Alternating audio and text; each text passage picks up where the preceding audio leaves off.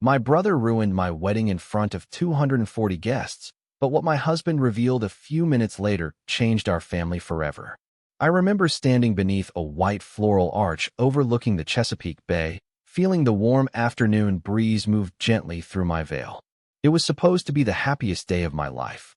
After 16 months of planning, countless phone calls, and more than a few sleepless nights, everything had finally come together. The waterfront venue looked exactly the way I had imagined it. The flowers were perfect. The music floated softly across the lawn. My parents sat in the front row smiling through tears. And waiting for me at the end of the aisle was Captain Mason Reed, the man who had restored my faith in loyalty, kindness, and love. As I took my final steps toward him, I felt calm, truly calm. For the first time in years, I believed everything was exactly where it belonged. Looking back now, that feeling lasted only a few seconds. Because just as the officiant began speaking, I noticed movement near the front row. At first, I thought someone needed assistance. Maybe a guest was heading toward the restroom or trying to get a better view. Then I realized it was my older brother, Tyler. He stood abruptly and started walking toward the ceremony space. Something about his expression made my stomach tighten. Tyler had been acting strangely for weeks. He smiled when people were watching, but whenever we were alone, his mood seemed darker. Distracted, irritated. I had convinced myself it was stress. Everyone deals with family events differently. I wanted peace, so I ignored the warning signs. Standing there that afternoon, I suddenly wished I hadn't. The guests turned their heads as Tyler approached. Conversation stopped. Even the officiant paused. My mother looked confused. My father shifted uncomfortably in his chair. Mason remained perfectly still beside me. His eyes followed Tyler, but his expression never changed. Then Tyler said something that made the entire crowd fall silent. I won't repeat every word. Even now, years later, I don't think those words deserve to be repeated. What mattered was the accusation behind them. The suggestion that I had betrayed my family. The implication that I didn't deserve the happiness standing right in front of me. The shock of hearing it in front of everyone left me frozen. Guests exchanged nervous glances. My bridesmaids stared in disbelief. For a moment, nobody seemed to know what to do. I remember touching my necklace and trying to understand what was happening. This was my wedding day. Why would my own brother choose this moment? Why now? Why in front of everyone? Then I looked toward Mason. Strangely, he didn't seem surprised. Concerned, yes. Angry, no. In fact, he almost looked prepared. That was the moment I realized something I hadn't known before. Mason had discovered something about Tyler weeks earlier. Something serious enough that he had quietly gathered evidence without telling me. As Tyler continued speaking, Mason reached inside his suit jacket and removed a sealed folder. Then he looked directly at the guests and said, "Before anyone believes another word, there is something every person here deserves to see." The moment Mason held up that folder, the entire atmosphere changed. Tyler stopped talking. It was subtle, just a slight hesitation, but I noticed it immediately. For the first time that afternoon, my brother looked uncertain. The guests noticed it too. A few moments earlier, every eye had been on me. Now every eye was on him. Mason remained calm. That was one of the things I loved most about him. Whether he was guiding massive commercial vessels through crowded waterways or dealing with unexpected problems in everyday life, he never rushed. He never reacted emotionally. He focused on facts. Standing beneath the wedding arch, he looked more like an investigator than a groom. 3 weeks ago, he said evenly, something happened that made me start asking questions. My heart skipped. 3 weeks ago, I knew exactly what he was referring to. It had started with a plain white envelope that arrived at our townhouse outside Annapolis. No return address. No note. Just a stack of printed screenshots and copies of emails. At first, I assumed it was some kind of mistake. I almost threw it away. Instead, I placed it on the kitchen counter and forgot about it until Mason came home that evening. I still remember him standing there reading through the pages while dinner cooled on the stove. The longer he read, the quieter he became. When he finally looked up, something in his expression unsettled me. Not fear, not anger, concern, real concern. He asked me several questions about Tyler. Had Tyler been having financial problems? Had he been arguing with anyone recently? Had he ever tried to interfere in our relationship? At the time, I laughed off most of the questions. Tyler had always been difficult.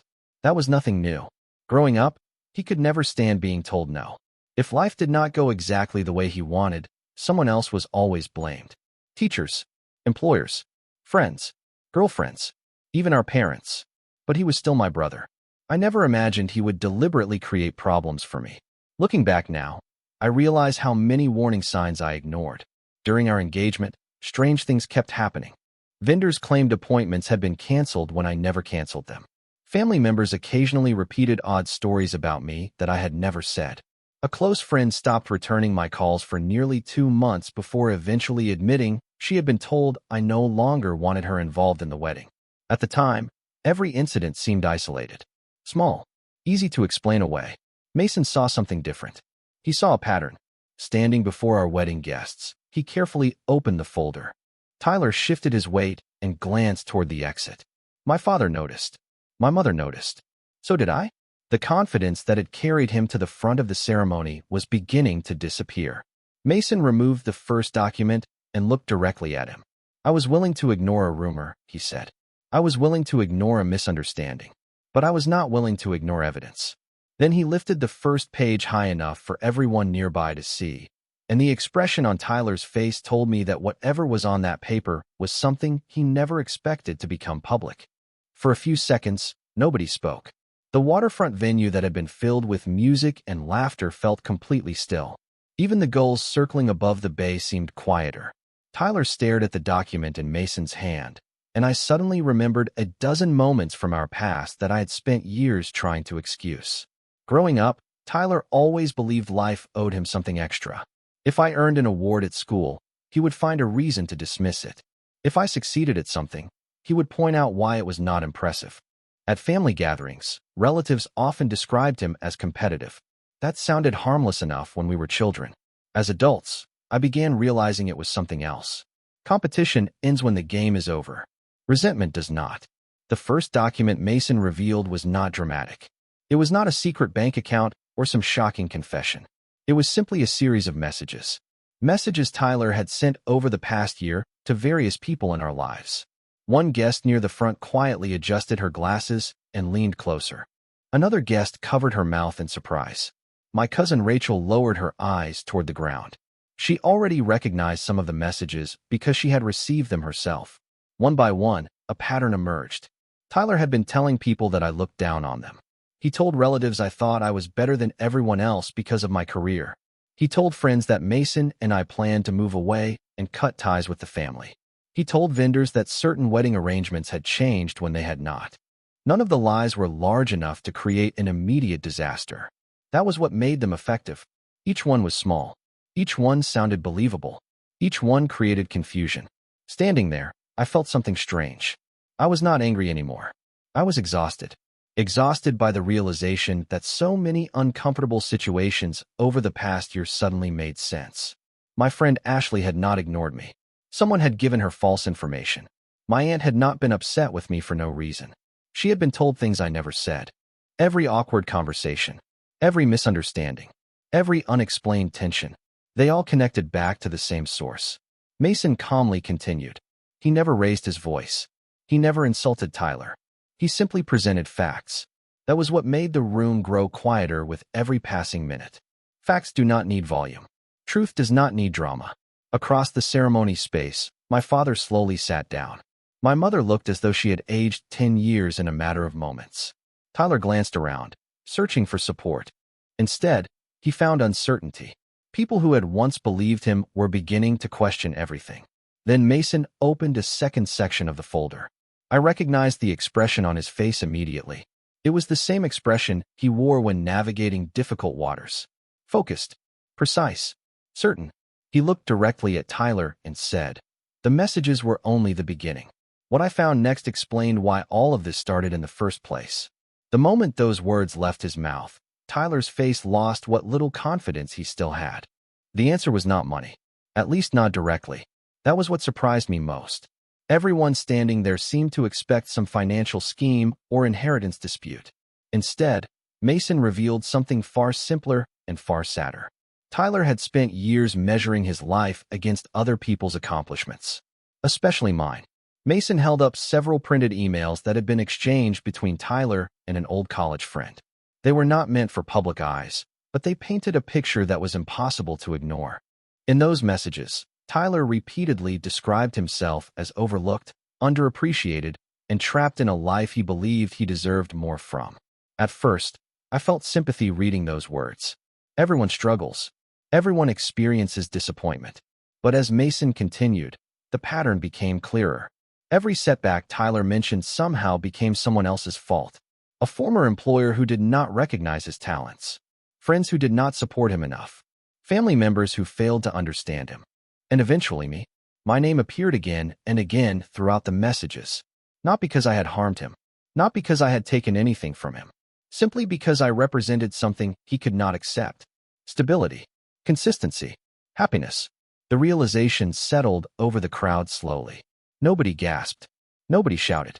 The truth arrived quietly, like a storm cloud moving across open water. I remembered moments from years earlier that suddenly looked different. Family barbecues, where Tyler seemed irritated whenever relatives congratulated me on a promotion. Holiday dinners where he left the room whenever someone asked about my career. Birthdays where he smiled for photographs, but barely spoke to me afterward. At the time, I thought he was having a bad day. Now I understood those days had lasted years. Mason turned another page. Several guests exchanged uncomfortable looks. These messages showed Tyler contacting people connected to our wedding.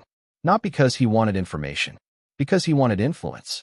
He had attempted to create doubt wherever he could. Sometimes he hinted that I was selfish. Sometimes he suggested Mason was hiding things. Sometimes he implied our relationship would never last. None of it was dramatic enough to attract attention. It was designed to work slowly, quietly, like water wearing down stone. My mother wiped her eyes. My father stared toward the bay without speaking. The hardest part was realizing how long this had been happening without anyone recognizing it. Tyler remained silent. He no longer looked angry. He looked tired, cornered by facts he could not explain away. Then Mason revealed the final document from that section of the folder. It was not a message. It was a handwritten note. A note Tyler had sent months earlier to someone he trusted. One sentence had been highlighted. Mason read it aloud. If Emily gets everything she wants, everyone will finally forget I exist. The words hung in the air. For the first time that day, I did not feel confused. I did not feel embarrassed. I felt sad. Because beneath every lie, every rumor, and every attempt to create chaos was a simple truth. My brother had spent years fighting a battle that only existed inside his own mind. Then Mason closed that section of the folder and said something that immediately made my stomach tighten. What you have seen so far explains the motive. What comes next explains the plan. The plan was far more calculated than I had imagined. Until that moment, I believed Tyler's actions were driven by resentment and poor judgment. What Mason revealed next showed something different. This was not a series of emotional decisions. It was a strategy. Mason opened another section of the folder and carefully removed several documents arranged in chronological order. The dates stretched back almost 8 months. I felt my chest tighten as I realized how long this had been unfolding behind the scenes. The first document showed communication between Tyler and one of our wedding vendors. Using a different email address, he had contacted the company and attempted to change details regarding our reception schedule. Fortunately, the request had been flagged because some information did not match their records. At the time, the vendor assumed it was a simple misunderstanding. Looking back, it was the first warning sign. The next document revealed another attempt. This time Tyler had contacted a transportation company responsible for guest shuttles between the hotel and venue. He had tried to alter pickup times without authorization. Again, the company noticed discrepancies and refused to make changes. Several guests exchanged stunned looks. People who had spent the morning enjoying the celebration were now learning how close everything had come to falling apart. Mason continued calmly. He explained that each individual incident appeared minor. None created enough damage on its own to raise alarms. But when viewed together, they formed a clear pattern. Tyler had been searching for opportunities to create confusion, embarrassment, and disappointment. Not enough to destroy the wedding entirely. Just enough to ensure it never became the joyful memory we had hoped for. I remembered countless frustrating phone calls during the planning process. Vendors asking strange questions. Confirmations that mysteriously disappeared. Last-minute misunderstandings that seemed impossible to explain. Every time, I blamed stress. Every time, I assumed mistakes simply happened. Now I understood why the problems never made sense. They were never accidents. Mason then displayed copies of messages Tyler had sent to several extended family members. In those messages, he encouraged relatives to question whether Mason and I were rushing into marriage. He suggested there were serious issues nobody knew about. He hinted at secrets that did not exist. The goal was obvious. He wanted uncertainty. He wanted people whispering. He wanted doubt to enter a day that was supposed to be built on trust. My mother quietly shook her head. My father closed his eyes for several seconds before looking down at the grass. The disappointment on their faces hurt more than anything else.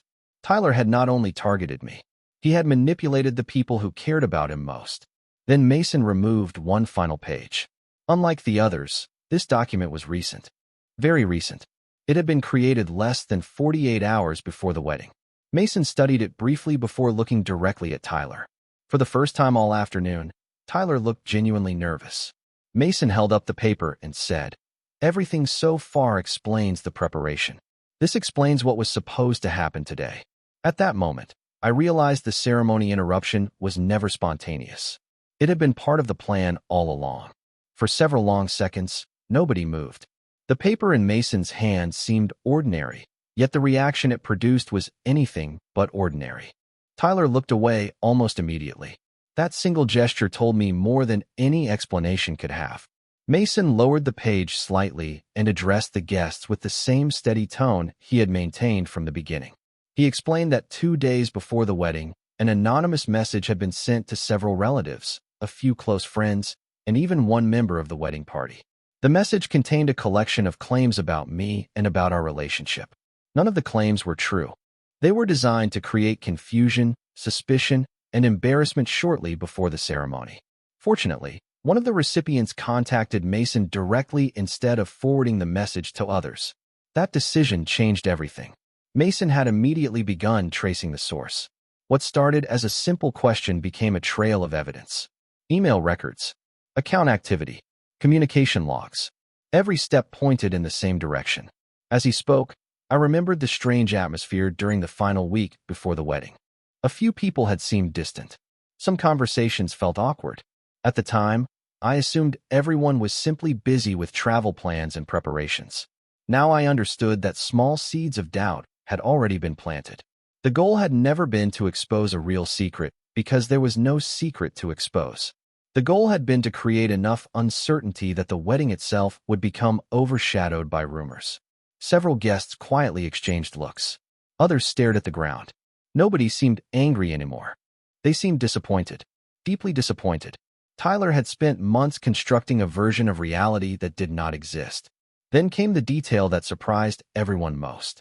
Mason explained that the ceremony interruption itself had been discussed in advance. Not with family, not with friends. With an online acquaintance Tyler had been communicating with for weeks. Messages recovered from that exchange revealed plans to confront me publicly and create a scene dramatic enough to become the focus of the day. Reading those words felt unreal. This was not an emotional outburst. It was preparation, deliberate preparation. My mother covered her mouth. My father slowly shook his head. The silence that followed felt heavier than any argument ever could. Tyler finally spoke, but his voice lacked the certainty it had carried earlier. He claimed people were exaggerating. He insisted everything had been misunderstood. Yet every explanation sounded weaker than the one before it. Mason never interrupted him. He simply waited. When Tyler finished, Mason placed the final document back into the folder. Then he said something I will never forget. He said that jealousy becomes dangerous when a person starts valuing someone else's failure more than their own success. The words settled over the crowd like a quiet truth nobody could argue with. I looked around at the guests who had traveled from across the country to celebrate with us. What should have been a joyful afternoon had nearly become something entirely different. Then Mason glanced toward me and gave a small, reassuring smile. It was the first time all day that I felt the tension begin to lift. But I also knew the story was not over, because there was still one piece of evidence left in the folder that nobody had seen. The final piece of evidence was not the most dramatic document in the folder. It was not the longest, and it did not contain any shocking confession. What made it powerful was its simplicity. Mason removed a single sheet of paper and held it carefully in his hands. From where I stood, I could see several handwritten notes covering the page.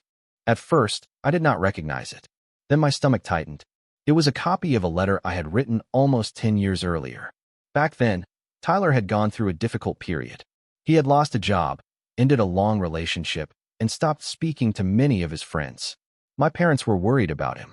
Everyone was worried about him. I had spent hours writing that letter because I wanted him to know he was not alone. I reminded him of his strengths.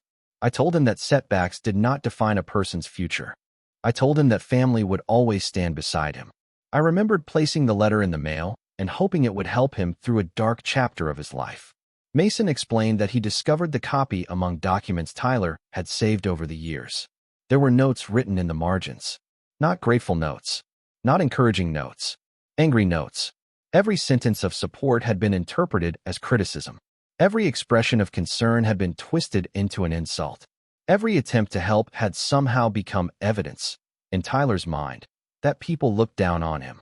A heavy silence settled across the ceremony space. For the first time, nobody seemed focused on blame. People looked saddened, even heartbroken. The truth was becoming impossible to ignore. Tyler had spent years fighting against intentions that never existed. He had created enemies out of people who cared about him.